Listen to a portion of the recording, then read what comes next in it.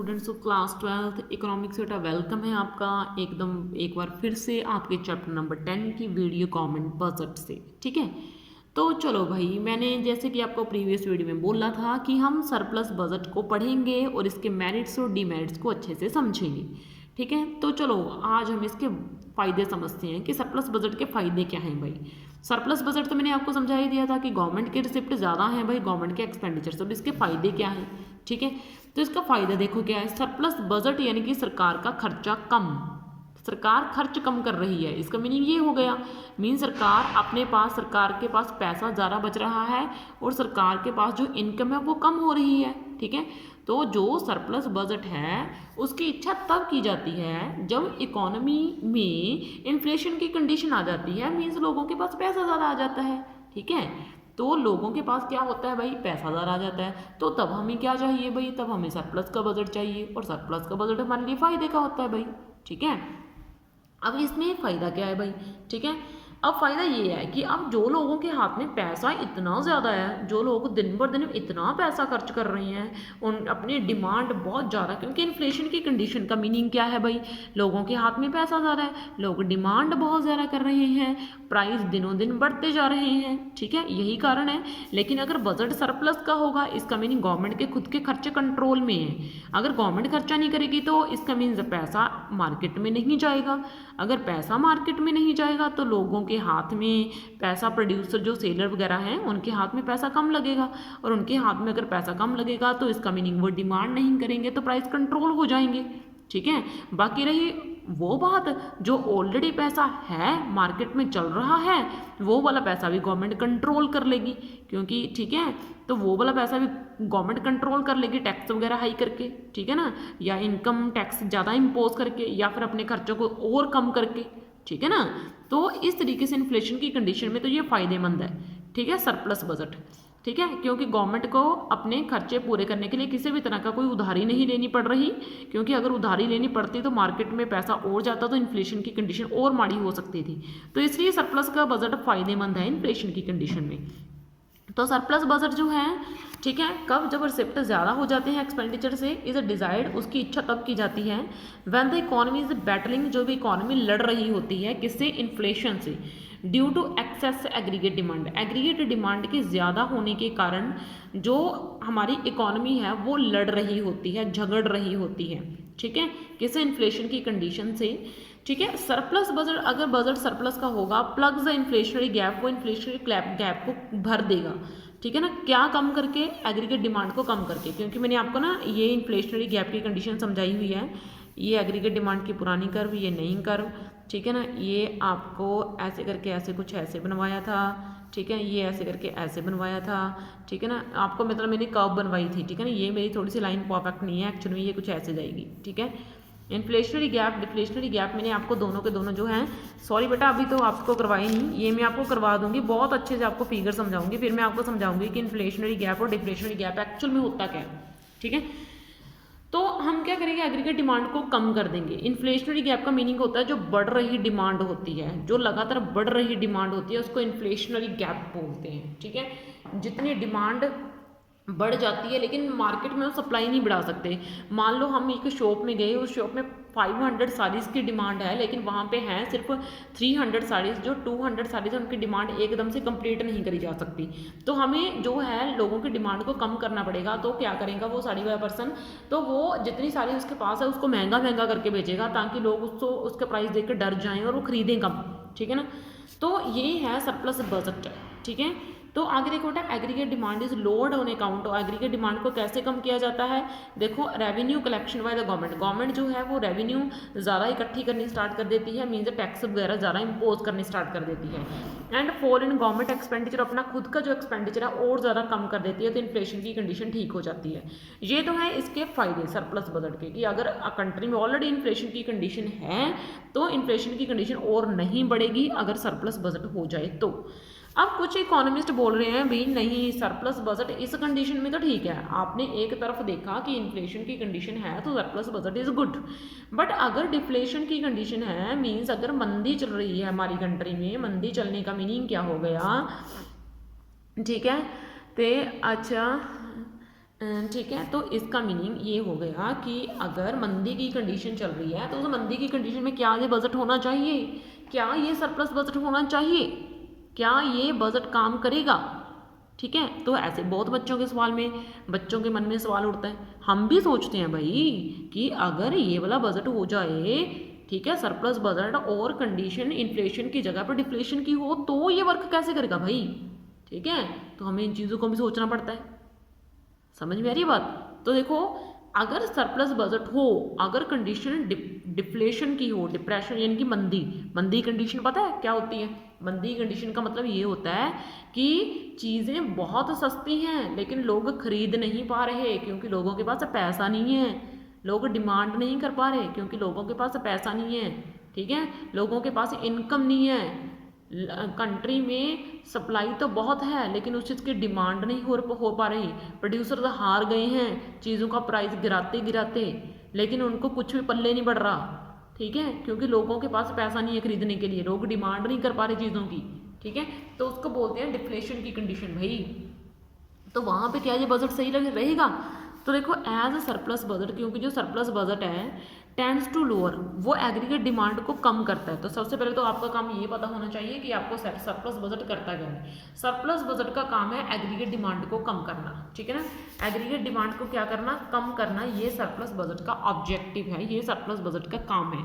Surplus budget is good in the condition of inflation when we want to decrease the aggregated demand. ठीक है ना, then this type of budget is very good for the country. ठीक है ना, but it's main demerit is this budget is not good in the condition of a depression.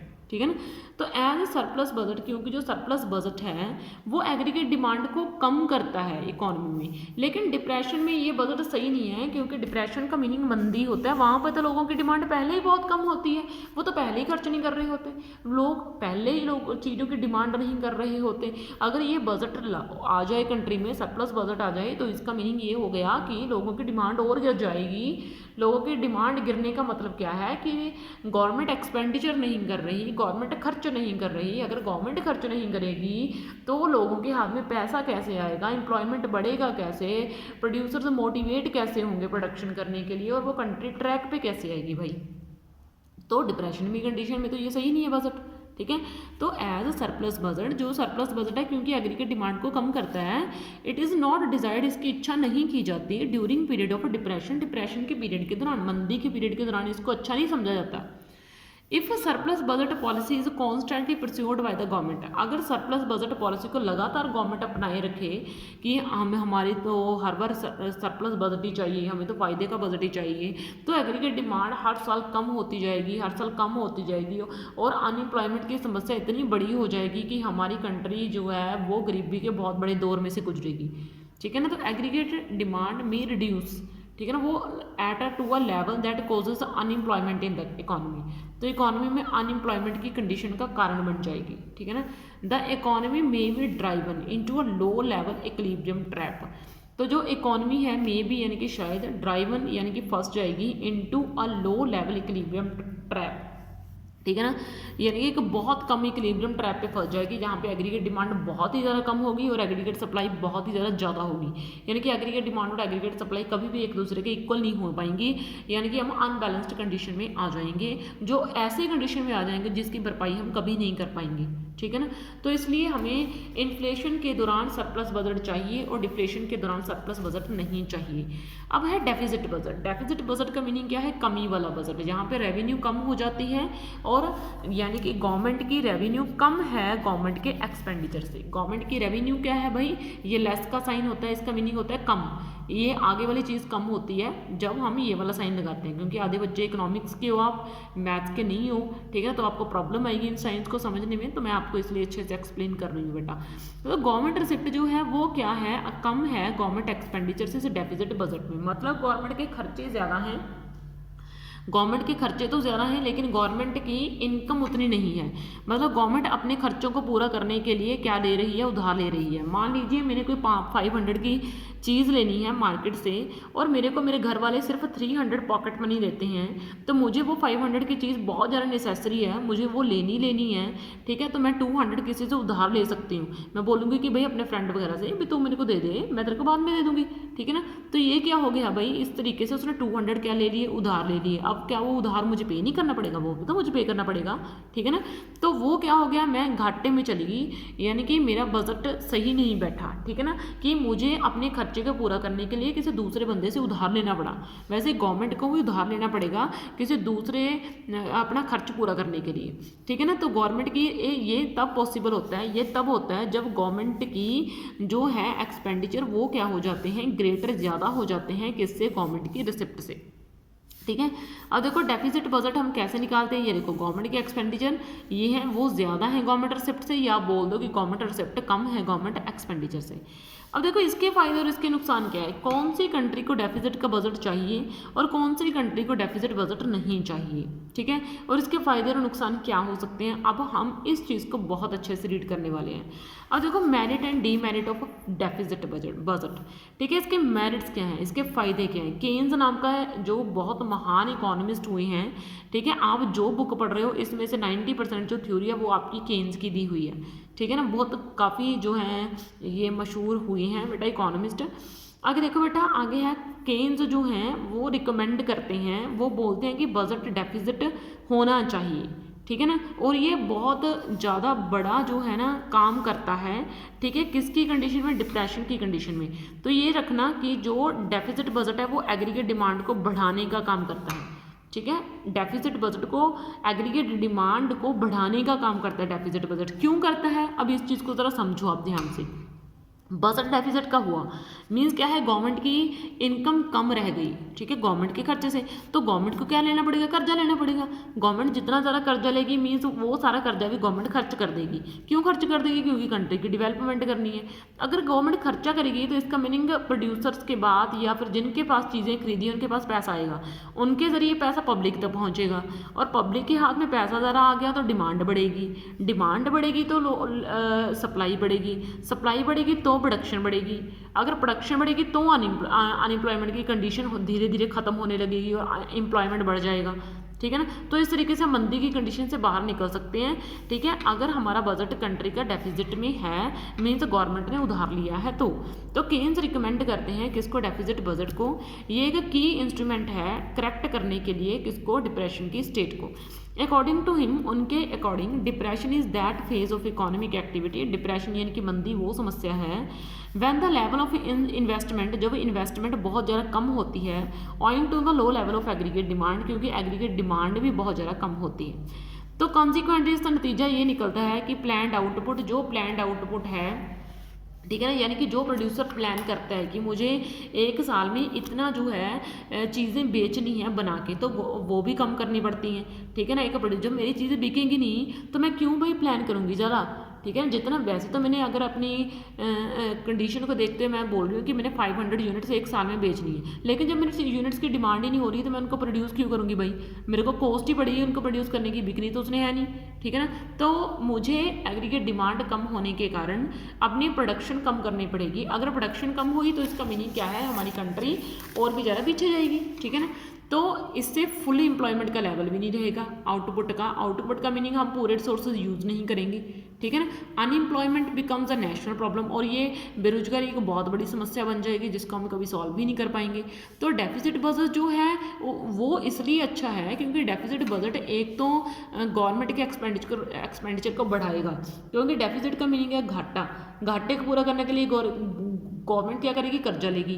कर्जे का meaning क्या है, गवर्नमेंट अपने खर्चे बढ़ाएगी, ठीक है ना। खर्चा करने के लिए कोई कर्जा लेता है ना, ठीक है ना, तो गवर्नमेंट अपने एक्सपेंडिचर बढ़ाएगी, ठीक है ना, खर्चे बढ़ा देगी। और नंबर 2 पे indirectly bye inducing greater expenditure by the, और इससे इनडायरेक्टली लोगों के हाथ में भी पैसा जाएगा, और लोगों के हाथ में पैसा जाएगा तो फिर लोग अमीर हो जाएंगे और लोगों की एग्रीगेट डिमांड बढ़ जाएगी, ठीक है ना, इससे बहुत फ़ायदा होगा। तो इस तरीके से केन्स के अकॉर्डिंग डेफिसिट बजट अच्छा है, ठीक है। अब कहाँ पे ये अच्छा नहीं है, ठीक है ना। अब प्रॉब्लम है जब इन्फ्लेशन की कंडीशन हो, जब कंट्री में इन्फ्लेशन की कंडीशन हो तो ये बजट अच्छा नहीं है, ठीक है ना, क्योंकि इन्फ्लेशन का मीनिंग क्या है, ऑलरेडी मार्केट में पैसा बहुत है, ठीक है ना। इसका मीनिंग क्या है इन्फ्लेशन का मीनिंग कि ऑलरेडी मार्केट में बहुत पैसा है, लोग बहुत डिमांड कर रहे हैं, ठीक है, प्राइस भी इतने बढ़ा दिए फिर भी डिमांड थम नहीं रही है, ठीक है। तो जो डेफिसिट बजट है इज़ नॉट डिजायर्ड, वो नहीं चाहिए during period of inflation, inflation के दौरान हमें वो नहीं चाहिए, ठीक है ना। जब इन्फ्लेशन की कंडीशन हो तो हमें डेफिसिट बजट नहीं चाहिए, ठीक है। इट इज़ अ पीरियड, ये वो पीरियड है when the aggregate demand exceed aggregate supply at full employment, जब एग्रीगेट डिमांड क्या हो जाती है, बहुत ज़्यादा बढ़ जाती है एग्रीगेट सप्लाई से एट फुल एम्प्लॉयमेंट के लेवल पे। तो डेफिसिट बजट जो है इन सच उस सिचुएशन में जो डेफिसिट बजट है यानी कि जो घाटे का बजट है वो हमें नहीं चाहिए, क्योंकि घाटे का बजट मीनिंग क्या है कि इनकम कम रह रही है और एक्सपेंडिचर ज़्यादा रह रहे हैं। अगर ऐसा हुआ तो गवर्नमेंट को अपने खर्चों को पूरा करने के लिए उधार लेना पड़ेगा, क्योंकि कंट्री में तो ऑलरेडी बहुत पैसा है, तो और पैसा रिलीज हो जाएगा।